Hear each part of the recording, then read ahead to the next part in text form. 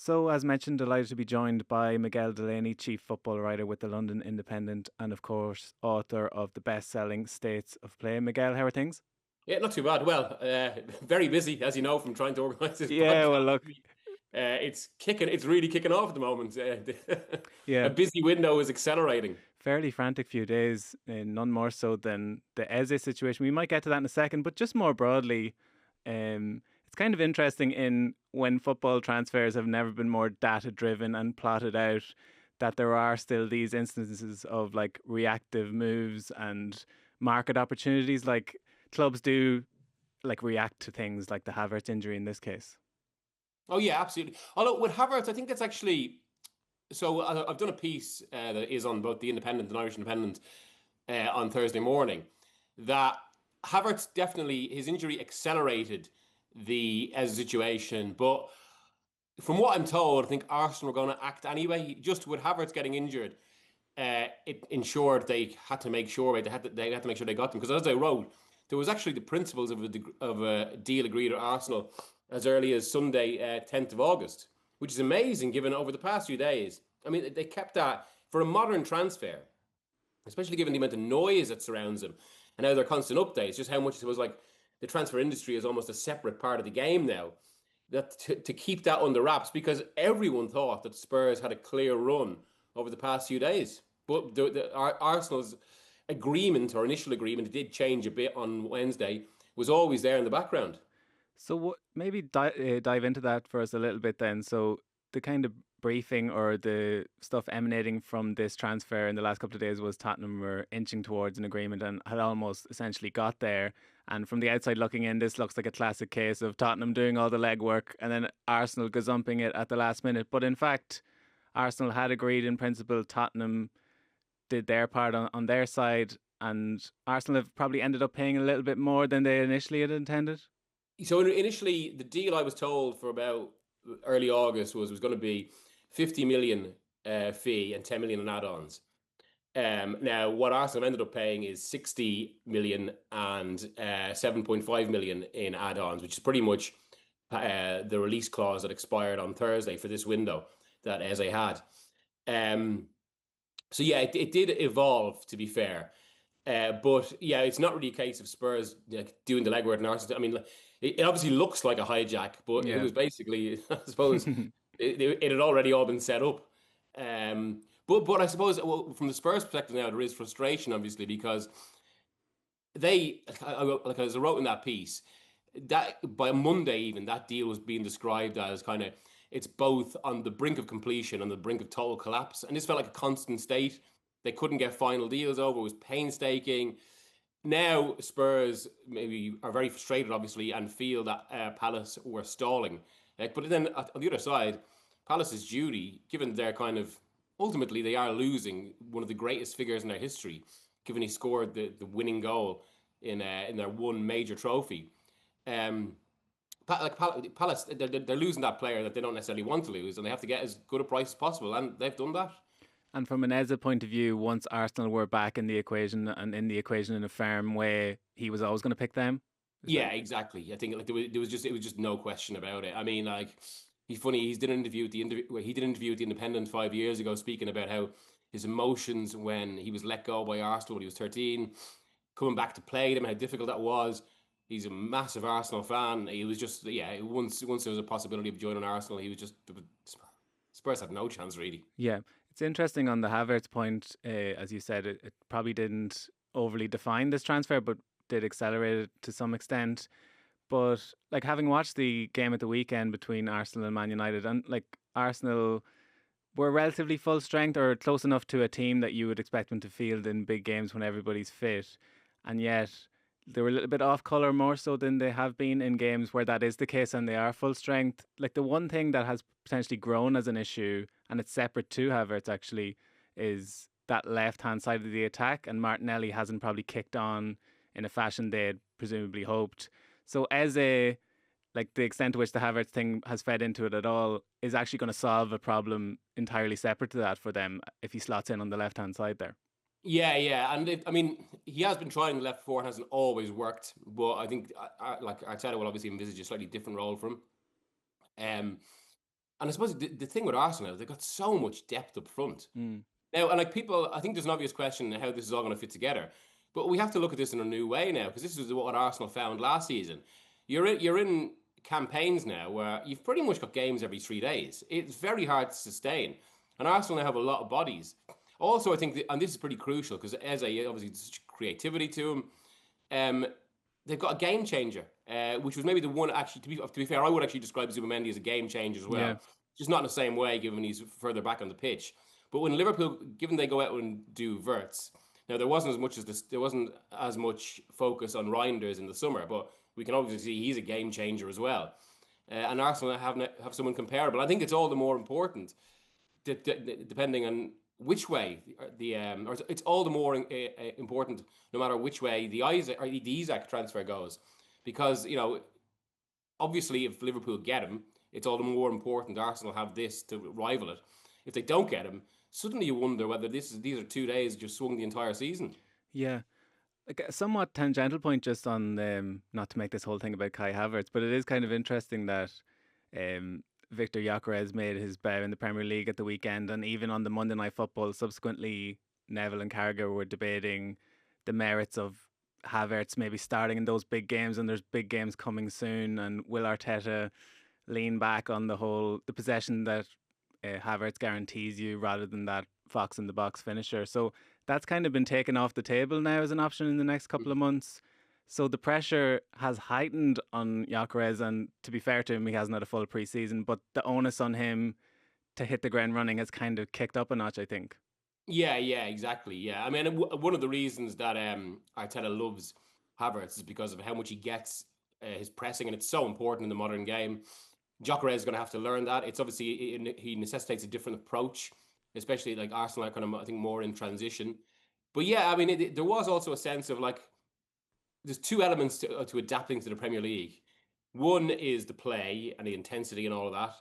The other, I suppose, is actually just the pure noise around it. Because suddenly, like Gyökeres had gone in, and it was already debate, of course, over signing, because early in the summer it was about is it going to be Sesko or is it going to be Gyökeres at Arsenal? And now he's had like one, all right, mostly disappointing game, you'd say, but with a lot of caveats. And already he's suddenly feeling like there's this immense pressure, this huge noise around him. It's a lot to shut out, to be fair. Yeah, and I know you've covered the Sesko thing like broadly over the last 12, 18 months, that he was to some extent a number one target. Was it purely the financials and Leipzig over bargaining their position that Arsenal went away from that, or did they ultimately conclude that Gyökeres was just a better fit for them? I think it was mostly the finances, yeah.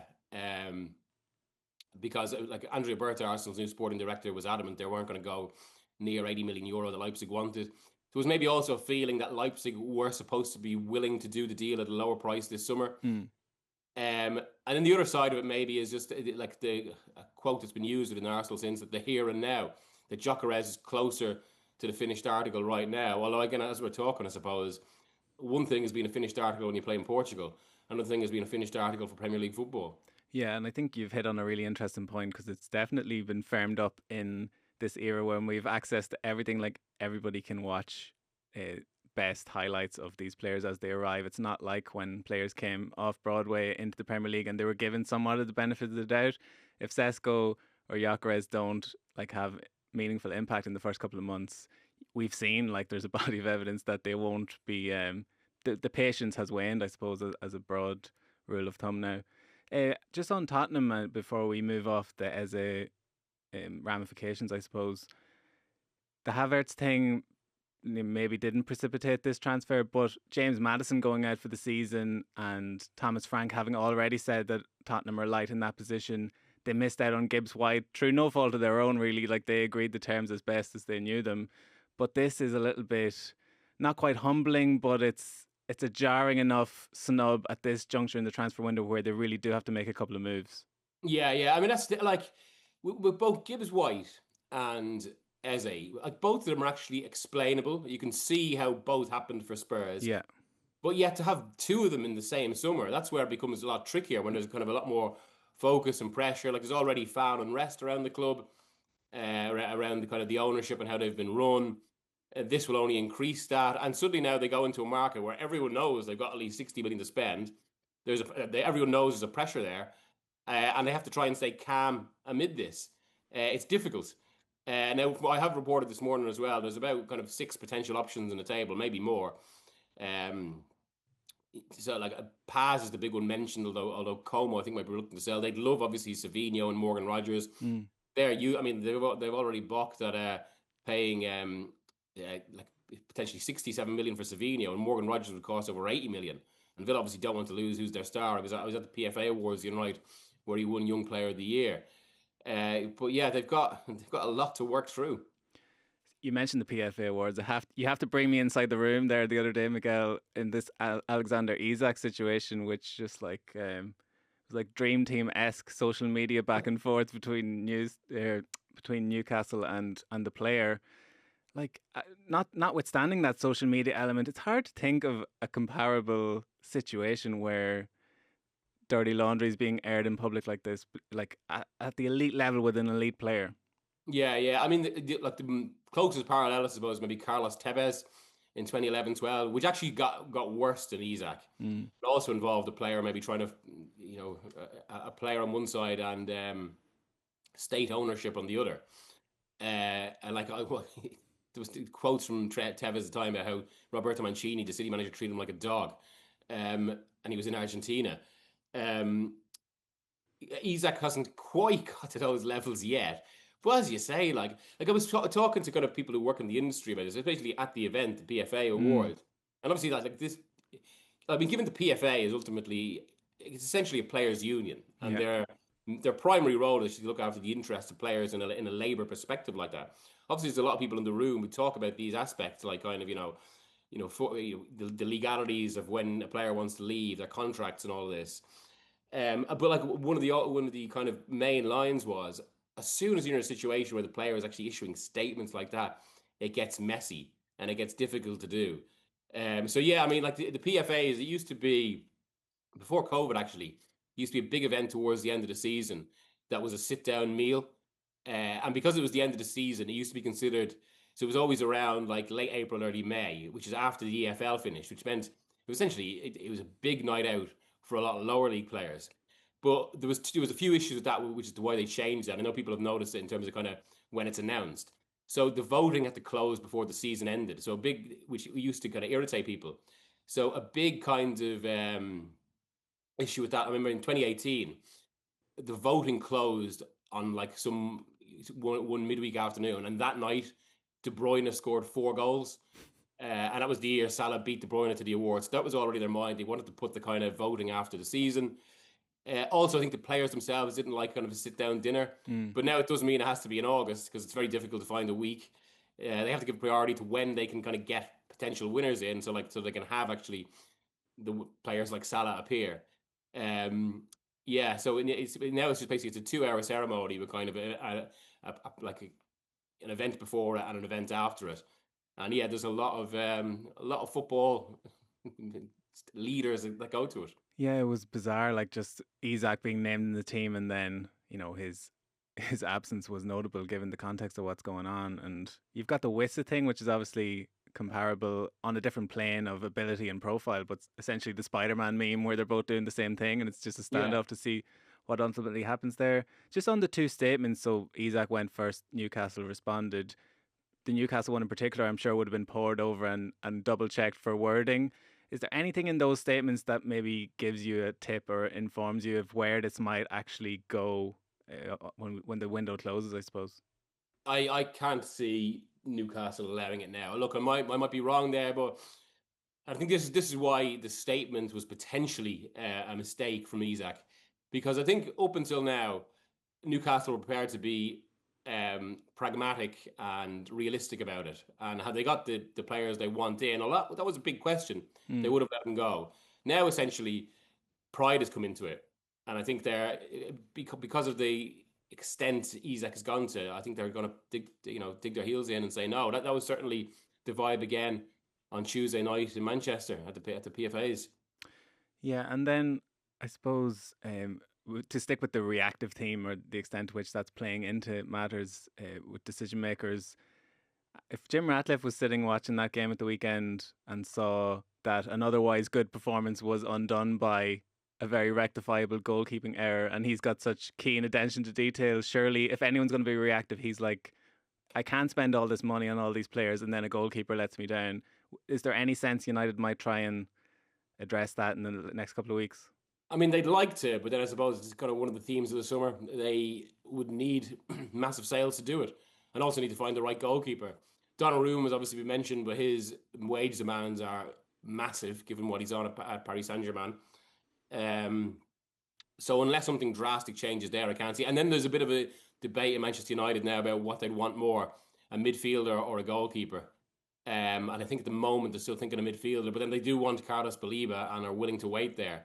There's someone like, this is the thing about, and it's one of the reasons why it gets busier the closer you get to the end of the window, because there's so many spinning plates, there's so many variables, there's so many situations where one element is dependent on another element. And at least say with United there, so what comes available first, say a suitable midfielder or a suitable goalkeeper, and that suddenly has a knock-on effect, and that's why it gets so busy now. And I think so. The big theme in the last week of the window is going to be, I think, the wealthiest clubs selling players. And I think clubs like Fulham, say, or West Ham potentially, could get some good deals because suddenly the wealthy clubs need to get players out the door. And to, I suppose, expand on the Isak point, you've kind of spoken to where both sides of that situation have worked themselves into an unenviable position where neither wants to back down. That's such a hugely valuable asset from Newcastle's point of view, where they're probably unlikely to want to forego what could be 150 million or something like that, in the point of principle. But maybe we're getting towards that point. And similarly, Isak probably doesn't want to sit out for a full year, and the ramifications of what that might lead to legally and whatnot. Like there's a somewhat similar situation developing with Garnacho at Man United, where do you think it's realistic that like he might just remain in situ for the season and either be reintegrated back in, or are we reaching a point where clubs have to put their foot down and almost like forego that money just to make a point that we're not going to be messed around in this fashion by players? But this has been a really interesting theme of the window. So, like, obviously, I think we've seen more player agitation than usual, as you mentioned, the Visa situation on top of Isak. And obviously, this is distasteful for a lot of people. But it's sort of kind of seen as the other side of quite a finely balanced, sorry, a rather delicate power balance. Because on one side, you've got this. On the other side, you've got clubs' willingness to basically have bomb squads, or not even bomb squads, but trying to force players out when they don't necessarily want it. So, like, and that's why there's a delicate power balance. But then there are two extremes which they will reach it. And if you've got a world where there are bomb squads, and it's sort of seen as fair game, they have the other. And yes, and it does become about making a point. And hence you say that, I suppose, to kind of come full circle in that sense. You mentioned about kind of how it's such, transfers become such a science, and they're so, so data led. But there's a lot of emotion at play as well, and kind of a lot of obviously human interaction and having to deal with these situations. And in that, like, whatever about Garnacho, a bit of sympathy for Rasmus Højlund. Actually, all he wants to do is stay and play for Manchester United, and they're just trying to get him out the door. Yeah, because like it's funny watching the daily briefing. I'm sure everyone has their opinions on this, but the Garnacho story, which seemingly hasn't moved at all, getting reported on a daily basis, like people can make of that what they will. But Chelsea have a valuation, Man United have a valuation. This normally plays out whereby United just have to succumb to the fact that we can't lose this player for free or let him rot in the reserves, to use that expression, and we're going to sell him for some mid-range fee. Whereas in the long run, the benefit for them or any club in that situation might just be to be like, we're going to take the hit on this one just so we're not messed around going forward. So I think the closer you get to the end of the window, that's pretty much what you have to do. Yeah. And that's where kind of the leverage goes to the buyers. Yeah. And like obviously then, like, because this isn't just about having bodies, of course. There are PSR concerns. Yeah. Like this is the world, or this is what's dictating the football world at the moment. Yeah. But Garnacho, it is an interesting one though, because so far Chelsea are nowhere close to United's valuation. Yeah, and like even rudimentary comparisons to other transfers in the market for players who have achieved as much or less than Garnacho has at the top level and are going for double the fee that Chelsea are quoting. So it's just one to keep an eye on. I think United it's going to take a while for them to shake the perception that they're a bad selling club and that they're not good at the negotiation Yeah. table. Maybe they just need to make a point on that. But it is a big thing. Obviously, this time of year, we focus so much on kind of the buying and who's good at recruitment. Mm. But just as important, and clubs are realising this, is actually the other side of it in selling. And there are some clubs who are very good at it. Brighton being one. Now, there is a difference there, and obviously so many clubs want to buy Brighton's players, and they can plan for this. But obviously, clubs are now well past the point where they kind of like think about, okay, we'll get some players in, and let's hope someone comes in for the players we don't want. They have to start being much more strategic about it. And again, as we say, while much of kind of recruitment on the purchasing side is driven by data, selling is driven by relationships and trying to kind of like having contacts that can sort you with something, that can kind of find the club that actually would have an interest for a player at a certain level and obviously can meet your value. Yeah. And it's kind of one and of the same, but I'm going to ask you to take your transfers hat off, put your states of play hat on. And I know they're kind of entwined more so than ever now, but just striking on the first weekend that's gone. And you mentioned PSR and teams kind of struggling with that. Newcastle, who we've touched on, Aston Villa likewise. It was notable that they, somewhat impromptu, or the extent to which it was coordinated, had a little bit of a joined protest against the nature of things. And I just wonder, and you've obviously done great work on this in the last couple of years, with the 115 charges as well brewing in the background, is this a season where almost Super League-esque the off-the-field issues usurp the on-field product and it actually becomes the big story of this season? Well, I do think off-field has been the case for years. It's really grown, and really, I suppose, since COVID. And I don't think that's actually coincidence, because COVID basically, and the financial stress it put on the game, despite all the money it makes, kind of exposed all these fault lines. Obviously, the reasons for the City case precede that, given it all comes from football leaks in November 2018. And so the latest there, again, City insisting their innocence. The latest there is that we should get an outcome maybe end of September, early October, although that was something that was said with great certainty about February and then Easter. But yeah, I think if that happens, that basically changes everything. That if there is finally an outcome, I don't think you can really underappreciate. And I found actually it's been a little bit of a strange one, is it? As everyone kind of talks about the season and all that, and like how City look good and what might happen, that we could have this massive event where they are potentially deducted a huge amount of points.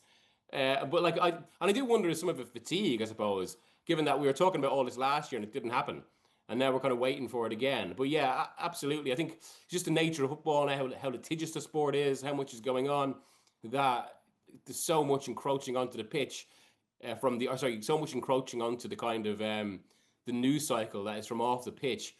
But the one thing I would say, and for all the criticism you can have what the modern Premier League is, how it's grown, how it's become a monster and all this, it does have an incredible capacity for storylines on the pitch that just keep you hooked. And look at two this weekend, the way this coalesces. So first of all, we've got Palace against Forest with all the kind of emotion there from the Court of Arbitration for Sport case that saw Palace's demotion to the Europa Conference League. Then on Monday, it's just the way the fixture list often throws this up, where suddenly in the middle of all this Isak stuff, we've got Newcastle Liverpool. Yeah, and just last one, I suppose, on that before I let you go. If Liverpool are presumably the only suitor for Isak, are they in the sort of Carlos Baliba Man United dynamic of if it's not Isak, it's nobody this summer, or are they have they got plan Bs? No, I just feel like it's about getting Isak done if they can. And I think Isak is more about actually. It's not so much about now; it's about being a long-term successor to Mohamed Salah. Obviously, when an opportunity arises in these situations, you have to take it. But they are generally quite happy with their forward line as is. But then if they get Isak, of course, it's a game changer. Absolutely. Well, thanks a million for bringing us up to speed on all that, Miguel. Miguel Delaney from the London Independent and States of Play, which has been reissued on paperback this month. Yeah, with a new chapter. So apologies to those who bought the first edition. That's the way they do it in the UK. See, Donald Trump stepped in and made the story about him, Miguel. Yeah, exactly. But yeah, it's out now in all bookshops. And actually, if you've got a Kindle or an ebook as well, it will automatically update, or it should have by now. Nice one. Well, that's great stuff. Cheers, Miguel. Thank you.